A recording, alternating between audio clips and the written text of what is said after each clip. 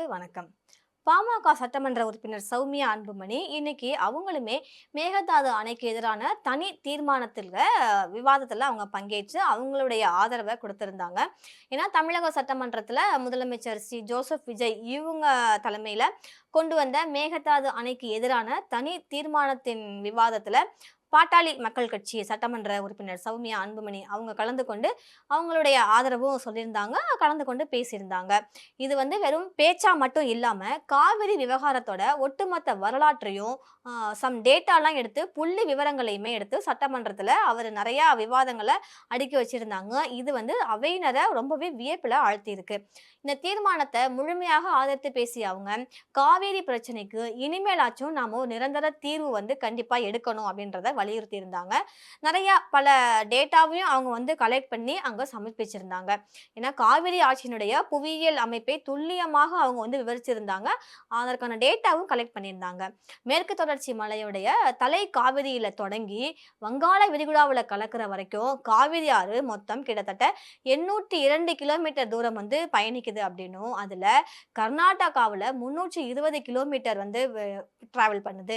இது இரு மாநிலத்துடைய எல்லை பகுதியாக 64 கிலோமீட்டருக்கு பாயும் காவிரி அதிகபட்சமா நம்ம தமிழகத்துல தான் 416 கிலோமீட்டர் பயணிக்குதுன்னு சொல்றாங்க. தமிழகத்தினுடைய உரிமையை கர்நாடகா எப்படி தடுக்க முடியும் அப்படின்னு மாதிரியும் கேள்வி கேட்டிருக்கிறாங்க.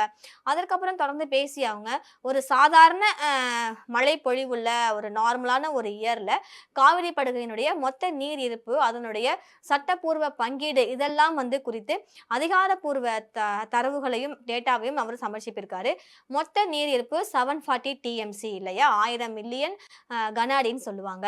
தமிழகத்தினுடைய பங்கு 404. கர்நாடகா பில்லிகுண்டுல எல்லையில நமக்கு திறந்து விட வேண்டிய 177 டிஎம்சி தண்ணீரும் இதுல இருக்கும். இதுல கர்நாடகாவுடைய பங்குன்னு பாத்தீங்கன்னா 284 டிஎம்சி தான். இது பெங்களூர் நகர குடிநீர் தேவைக்கும் இதுல அடங்கும். கேரளா, புதுச்சேரி, கேரளாவுக்கு 30 டிஎம்சி, புதுச்சேரிக்கு 7 டிஎம்சி. நதியினுடைய சுற்றுச்சூழல் ஓட்டத்துக்கு கிட்டத்தட்ட 10 இஎம்சி தவிர்க்க முடியாமல் கடல்ல கலக்குது. கலக்கும் நீராக 4 டிஎம்சின்ற மாதிரி 14 டிஎம்சி ஒதுக்கப்பட்டிருக்கு. இந்த 740 டிஎம்சி தண்ணீருமே சட்டப்படி நடுவர் மன்றத்தாலும் உச்சநீதிமன்றத்தாலும் வரையறுக்கப்பட்டிருக்கு. வறட்சி காலங்கள்ல இந்த அளவை விகிதம்னு சொல்லுவோம்ல, அந்த விகிதாச்சார அடிப்படையில குறைக்கணும் அப்படின்றது விதி. இப்படி பங்கீடுகள் மிக தெளிவா இருக்கும்போது கர்நாடகா அவங்க செல்ஃபா தன்னிச்சையா அவங்க மேகதாதுவுல நான் அணை கட்டி ஒட்டுமொத்த பங்கீட்டையும் நான் இது பண்ணுவேன், ஒட்டுமொத்த பங்கீட்டையுமே குலைப்பேன் அப்படின்னு சொல்றது சட்ட விரோதம் தான்ன்ற மாதிரி சொல்லியிருந்தாங்க. ஒவ்வொரு தடவையுமே கர்நாடகாவுடைய உபரிநீர் திறக்கப்படும் போது மட்டும்தான் தமிழகத்திற்கு தண்ணீர் கிடைக்கும். ஆனா மற்ற நேரத்துல வறட்சியால டெல்டா மாவட்டங்கள் காய்ந்து போகுதுதான் இங்க தொடர் கதையா மாறிக்கிட்டே வருது. இதற்கு ஒரு நிரந்தர தீர்வு கண்டிப்பா எடுக்கணும்.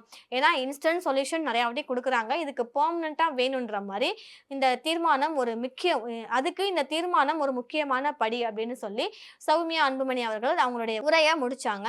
ஒவ்வொரு புள்ளி விவரத்தையும் சரி, டிஎம்சி கணக்குகளையும் சரி துல்லியமாக அவங்க அந்த ஸ்டேஜில் அவங்க சொன்ன போது அந்த அவையில இருக்கக்கூடிய எல்லாருமே மேசையை அவங்க டேபிள் எல்லாம் தட்டி வரவேற்றாங்க.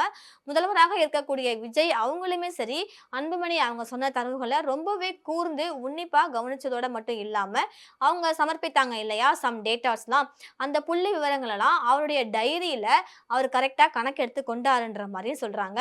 எதிர்கட்சி வரிசையில இருந்து வந்த இந்த ஒரு ஆழமான ஒரு அறிவுபூர்வமான வாதம் இன்னைக்கு சட்டமன்ற விவாதத்துடைய தரத்தை மேலும் உயர்த்தி இருக்கு அப்படின்னே சொல்றாங்க. பொதுவா இந்த காவிரியின் குறுக்கே மேகதாது அணை கட்டப்படக்கூடாதுன்ற மாதிரி தெளிவா இருக்கிறாங்க எல்லா கட்சியினருமே சொல்றாங்க. ஏன்னா இது கர்நாடகால 300 கிலோமீட்டர் மட்டும்தான் டிராவல் பண்ணுது, தமிழ்நாட்டுல மட்டும்தான் 400 கிலோமீட்டர் இந்த காவிரி டிராவல் பண்ணுது அப்படின்ற மாதிரி டீடைல் சொல்லியிருக்கிறாங்க. சோ இதுல கர்நாடகா மட்டுமே உரிமை எடுத்துக்கொள்ள முடியாது, இதற்கான பகிர்வுன்றது தமிழ்நாட்டுக்கும் சேர்ந்து இருக்குது. பொதுவாகவே கர்நாடகாவில் டேம் ஃபில் ஆயிடுச்சு, அவங்களுக்கு உபரி நீர் நிறைய மழை பொழிவு இருக்கு, அங்கே வெள்ளம் ஏற்படுது, இது மாதிரி இருந்தால் மட்டும்தான் உபரி நீரை தமிழகத்துக்கு கொடுக்குறாங்க. அவங்க ஜஸ்ட் பிச்சை போடுற மாதிரி போடுறாங்க, அவங்களால வச்சுக்க முடியாது. அந்த உபரி நீர் அவங்க கொடுக்கும்போது இல்லை எங்களுக்கு வேண்டாம் அப்படின்னு நம்ம சொன்னோம்னா அவங்க நிலைமை என்ன ஆகும்?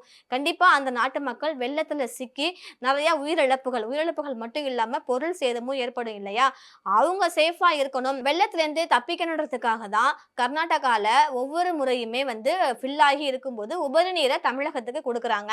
ஆனா அவங்க வந்து வச்சிருந்தா என்ன ஆகுன்றது அவங்களுக்கு தெரியும். குடுக்குறாங்க. நம்ம அந்த உபரி நீரை வாங்கி நம்ம வந்து பெருமையா அவங்க வந்து ஓப்பன் பண்ணிட்டாங்க. இப்ப மேட்டூர் டேம்ல தண்ணி வரப்போகுது. காவிரி நீர்ப்படுகை வந்து இப்ப பச்சை பசுமையா ஆகப்போகுது. வறண்ட பூமி, அந்த வானம் பார்த்த பூமி இப்ப வந்து செழிப்பா ஆகப்போகுது அப்படின்ற மாரி நம்ம வந்து பீத்திக்கிட்டு இருக்கிறோம். ஆனா விவசாயிகளுக்கு தேவையானது இந்த சம்பா குறுவை சாகுபடியின் போது தண்ணி தான். இந்த டைம்ல மழை தானா இயற்கையான மழை வந்துச்சுன்னா, அவங்களுக்கு இந்த காவிரி தண்ணி தேவையில்ல அப்படின்னு சொல்லிட முடியாது. ஏன்னா, இந்த காவிரி தண்ணிய நம்பி தான் அனைத்து விவசாயிகளுமே அவங்களுடைய வயல்ல வந்து வேலை செய்றாங்க. அந்த தண்ணிய நம்பி தான் அவங்களுடைய வாழ்வாதாரமா இருக்கக்கூடிய வேளாண்மை தொழிலை நடத்திக்கிட்டு இருக்கிறாங்க. இப்படி இருக்கும்போது, நான் வந்து காவிரியின் குறுக்க நான் வந்து அணை கட்டப் போறேன். இந்த மேகதாது அணை நான் வந்து கட்டிடுவேன் அப்படின்னு சொல்றது எந்த விதத்திலயுமே நியாயம் கிடையாது. இதுக்கு தமிழகம் கண்டிப்பா வந்து நிரந்தர தீர்வு எடுக்கணும். ஒவ்வொரு வாட்டியுமே நம்ம வந்து நிரந்தர தீர்வு குடுக்கறது கிடையாது. எந்த ஆட்சி வந்தாலுமே இந்த மேகதாது அணை விவகாரம் அப்படின்றது ஒரு தொடர் கதையா தான் மாறிட்டு இருக்குது. இது இன்னைக்கு நேத்து கிடையாது. கிட்டத்தட்ட 70 ஆண்டுகளுக்கும் மேலாக இது தொடர்ந்து வந்துகிட்டு தான் இருக்கு அப்படின்றத வித் டீட்டெயிலோட, அதாவது டிஎம்சி உட்பட கேரளாவுக்கு, ஆந்திராவுக்கு, பாண்டிச்சேரிக்கு ஒவ்வொரு ஸ்டேட்டுக்கும் எவ்வளவு தண்ணி வந்து பகிர்ந்து அளிக்கப்படுகிறது அப்படின்றது வரைக்கும் டேட்டாவோட அவங்க கலெக்ட் பண்ணி சட்டசபையில இன்னைக்கு வந்து முன்னாடி வச்சிருக்கிறாங்க. முதலமைச்சர் விஜய் அவர்கள் இதை உன்னிப்பா கவனிக்கிறாங்க. எதிர்க்கட்சியில இருந்து, ஏன்னா ஒரு பக்கம் பிரேமலதா விஜயகாந்த் அவங்க வந்து சிங்கம் மாதிரி கர்ஜித்து பேசியிருந்தாங்க. அதை தொடர்ந்து சௌமியா அன்புமணி இவர்களும் அதை ஆமோதித்து அவங்களும் பயங்கரமா பேசியிருந்தாங்க இல்லையா? இதை வந்து விஜய் அவர்கள் உன்னிப்பா கவனிச்சு அவருடைய டைரியில நோட்ஸ் எடுத்துக்கிட்டாங்க அப்படின்ற மாதிரி சட்டமன்றத்துல நடந்துச்சு இன்னைக்குன்னு சொல்றாங்க.